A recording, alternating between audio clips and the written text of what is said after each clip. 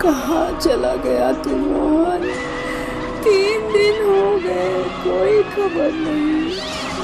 तेरे बापू के जाने के बाद पूरा घर खेत तेरे ही कंधों पर आ गया था। तू ही तो कहता था आई तू चिंता मत कर, मैं सब संभाल लूंगा।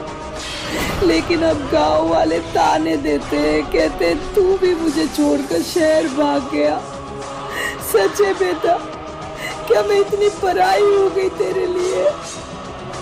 मिट्टी की दीवार से सटकर उसका कांपता हुआ शरीर जैसे टूट चुका था। आंखें लाल थीं, आंसू लगातार बह रहे थे। हर रोज मैं तुझे ढूंढने गांव गांव भटकती हूँ। हर रात तेरे लिए खाना बनाती हूँ, चौखट पर दिया जलाती हूँ, पर तू आता ही नहीं। मोहन, मैं हर सांस में तेरा इंतजार कर रही हूँ।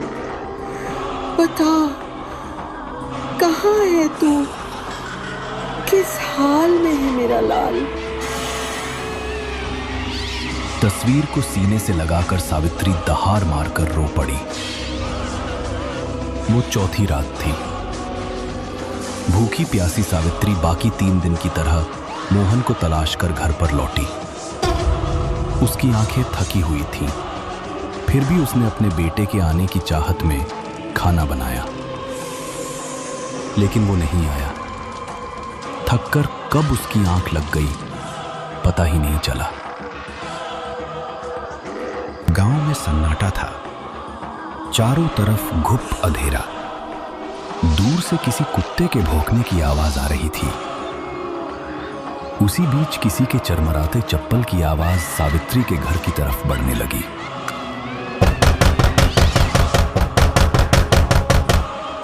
सावित्री ने धीरे से अपनी आंखें खोली और अंधेरे में दरवाजे को घूरने लगी। इतनी रात को कौन है? मोहन? सावित्री ने कांपते हाथों से दिया जलाया और दरवाजा खोला। उस दिए की रोशनी में उसके सामने खड़ा था मोहन। उसकी वही पुरानी धोती कुर्ता, लेकिन चेहरा थका थका और अजीब सा फीका। मोहन? बेटा, तुम कहाँ थे? सावित्री ने उसे गले लगाने की कोशिश की, लेकिन मोहन ने हल्का सा पीछे हटकर कहा, आई, मैं ठीक हूं, बस बहुत थक गया हूं। अंदर आओ बेटा, तुम्हें देखकर मेरी जान में जान आई। 4 दिन से मैं पागल हो रही थी। कहाँ चले गए थे अपनी माँ को छोड़कर? तुम्हें कहाँ कहाँ नहीं ढूंढा मैंने। कहाँ थे तुम? क्या हुआ? क्या सचमुच शहर चले गए थे? मोहन घर के अंदर आया और जमीन पर बैठ गया। उसकी आंखें थकी हुई थीं और चेहरे पर एक अजीब सी छाया थी। आई, मैं तुम्हें सब बताऊंगा, लेकिन पहले भूख से जान निकल रही है। कुछ खाने को दे दो ना, रास्ते में बहुत थक गया हूं। सावित्री जल्दी से रोटियां और सब्जी ले आई। मोहन ने खाना शुरू किया, लेकिन उसकी हर चाल में कुछ अजीब था, जैसे वो जल्दी में हो या फिर किसी बेचैनी से घिरा हो। उस दिए की रोशनी में सावित्री अपने बेटे को निहारती रही। फिर उसने कांपते स्वर में पूछा, बेटा, अब तो बता दे, कहाँ थे तुम? गांव वाले कह रहे थे कि तुम्हें गांव की जिंदगी पसंद नहीं, इसलिए शहर भाग गए होगे। लेकिन मैं जानती हूँ तुम ऐसा नहीं कर सकते। क्या कोई परेशानी थी?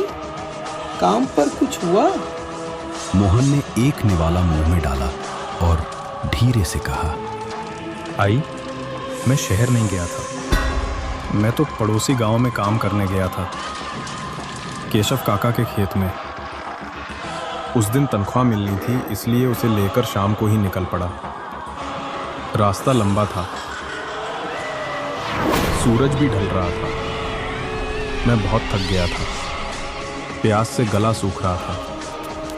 मेरी पानी की बोतल खाली हो चुकी थी।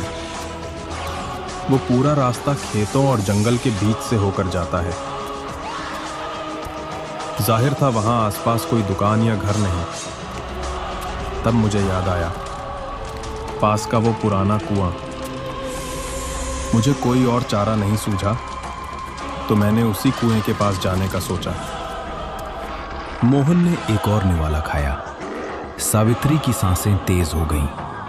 गांव में उस कुएं के बारे में उसने भी अफवाहें सुनी थी। फिर क्या हुआ बेटा? मोहन ने सिर झुकाया और अपनी कहानी आगे बढ़ाई। मैं ढूंढते ढूंढते उस कुएं तक पहुंचा। कुआं बेर के पेड़ों के बीच छिपा हुआ था। उसकी मुडेर पर मोटी काई जमी थी और पानी इतना काला दिख रहा था जैसे उसमें रात घुल गई हो। वहां की हवा अलग ही लग रही थी, एक ठंडक, जैसे किसी ने सांस रोक ली हो। झाड़ियों से सरसराहट की आवाजें आ रही थी। मुझे अजीब सा डर लगा, लेकिन मैंने मन ही मन कहा शायद ये थकान की वजह से हो। मैंने पानी पीने के लिए आसपास देखा, लेकिन वहां कुछ भी नहीं था। न रस्सी, न मटका, न कोई डोल। प्यास से गला सूख रहा था और मेरे कदम वहीं अटक गए। तभी कुएं की मुडेर पर खटपट की आवाज हुई। थोड़ा हटकर एक आदमी बैठा था, उम्र में मुझसे बड़ा, 50 के करीब। कमीज के बटन खुले, चेहरे पर धूल, जैसे खेतों से लौटा हो। उसने मेरी तरफ देखा और मुस्कुराया। वो मुस्कान अजीब थी, ऊपरी तौर पर सहज, लेकिन भीतर कुछ ठंडी। प्यासे हो? पानी पीना है? हाँ भैया, बोतल तो खाली हो गई। यहाँ आसपास कुछ है भी नहीं और चलना भी बहुत है। आदमी कुएं की ओर बढ़ता है, झुककर एक पुराना लोहा बंधा डोल और रस्सी निकालता है जो घास में छिपी थी। वो रस्सी बांधकर डोल कुएं में डालता है। लो, पीने से सुकून मिलेगा। मोहन लंबा घूंट पीता है, चेहरे पर थोड़ी राहत, फिर हल्की सिकुड़न। पानी ठंडा तो था, लेकिन उसका स्वाद कुछ अजीब था, हल्का सा कड़वा, जैसे मिट्टी या कुछ और मिला हो। मैंने उस आदमी की ओर देखा। वो अब भी मुझे देख रहा था, उसी रहस्यमयी मुस्कान के साथ। मेरे मन में हल्का सा डर उठा, लेकिन मैंने उसे दबा दिया। कहां से आ रहे हो भाई? कमलवाड़ी से। खेतों में काम करके लौट रहा हूं। अच्छा, कमलवाड़ी। हाँ, जानता हूं उस गांव को। परिवार में कौन कौन है? बस मैं और मेरी आई, अकेले ही संभालते हैं सब। मोहन अपनी बोतल थैले में डालता है, पास की एक चट्टान पर बैठ जाता है। अजनबी की आंखें उस पर टिकी रहती हैं। उसकी बातों में कुछ ऐसा था जो मुझे सहज लगा, जैसे दो पुराने दोस्त अचानक रास्ते में मिल गए हों। और आप कहां से हैं भैया? पास के गांव से। परिवार में बीवी बच्चे हैं, खेती बाड़ी करता हूं तुम्हारी तरह। वैसे तंबाकू है क्या तुम्हारे पास? मैं आज अपनी डिब्बी लाना भूल गया।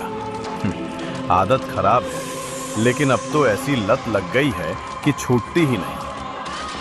अरे हाँ, मुझे भी कभी कभी तंबाकू चबाने की आदत है, खासकर लंबे दिन के बाद। मोहन जेब टटोलता है, एक छोटा सा पुड़िया निकालता है और आदमी को दे देता है। आदमी उसे लेता है, हथेली पर रखता है और अचानक जोर से ताली मारता है। वो पाउडर मुंह में डाल लेता है और फिर वही रहस्यमयी हंसी। ये क्या भैया, आपका अंदाज तो अलग ही है। मेरी आदत है, सबको हैरानी होती है। वैसे तंबाकू देने के लिए धन्यवाद। और पानी पिलाने के लिए आपका शुक्रिया भैया। अगर आप ना होते तो शायद मैं प्यास से बेहोश हो जाता। हाँ, मैंने तुम्हारी मदद की, लेकिन हर मदद का बदला होता है। अब मुझे भी बदले में कुछ चाहिए। क्या चाहिए आपको भैया? तुम्हारी जिंदगी। मोहन सन्न रह जाता है। उसके चेहरे पर भय साफ है। अचानक आदमी का शरीर बदलने लगता है। चेहरा काला पड़ता है, दांत बाहर निकलते हैं, आंखें लाल आग जैसी चमकती हैं। उसकी हंसी गूंजती है। वो आदमी अब पूरी तरह खबीस बन चुका है। वो मोहन की बाह पकड़ लेता है। पकड़ इतनी मजबूत जैसे लोहे की जंजीर हो। छोड़ो मुझे, मदद करो कोई। जो भी इस कुएं तक आता है, जो भी मेरे साथ बैठकर बातें करता है, उसका अंजाम हमेशा यही होता है। तू भी अब बच नहीं पाएगा मोहन। तेरी जिंदगी अब मेरी है। खबीस जबरदस्ती मोहन को घसीटते हुए कुएं की ओर ले जाता है। मिट्टी खुरचती है, लेकिन खबीस की ताकत के आगे बेबस है।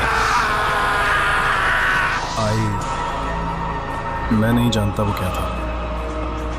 मैं चिल्लाया, मैंने जोर लगाया, लेकिन फिर सब धुंधला हो गया। मोहन, तुम ये क्या कह रहे हो? अचानक दिया बुझ जाता है। पूरा घर अंधेरे में डूब जाता है। मोहन का चेहरा धुंधला होने लगता है। उसकी आंखें लाल चमकने लगती हैं। मैं अब उस कुएं में हूं। वो आदमी, वो कोई आम आदमी नहीं था, खबीस था। क्या? खबीस? मोहन, लेकिन तुम तो यही हो बेटा। मुझे कुछ समझ नहीं आ रहा।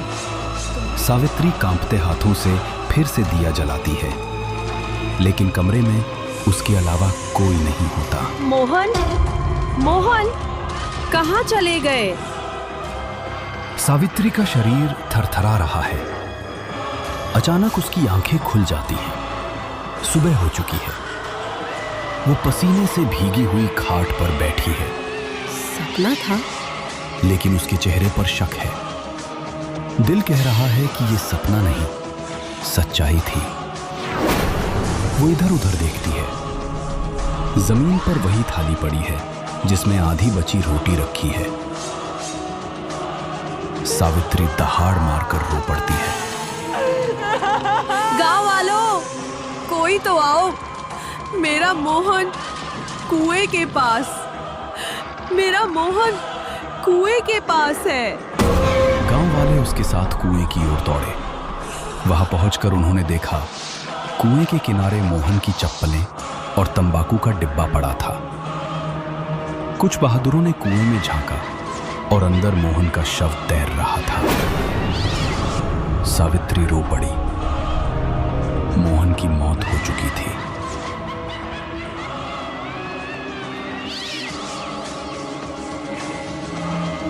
दोस्तों, सावित्री ने अपने बेटे को खो दिया, लेकिन उस सपने ने उसे सच्चाई दिखाई। कमलवाड़ी का वो कुआं आज भी वहां है, और लोग कहते हैं कि दोपहर के समय वहां एक अजीब सी हंसी गूंजती है। क्या वो खबीस अभी भी इंतजार कर रहा है? अपनी राय कमेंट्स में बताएं, और अगर ये कहानी पसंद आई तो लाइक, शेयर और सब्सक्राइब करना ना भूलें। अगली कहानी तक सुरक्षित रहें, क्योंकि शायद वो कुआं किसी को बुला रहा हो।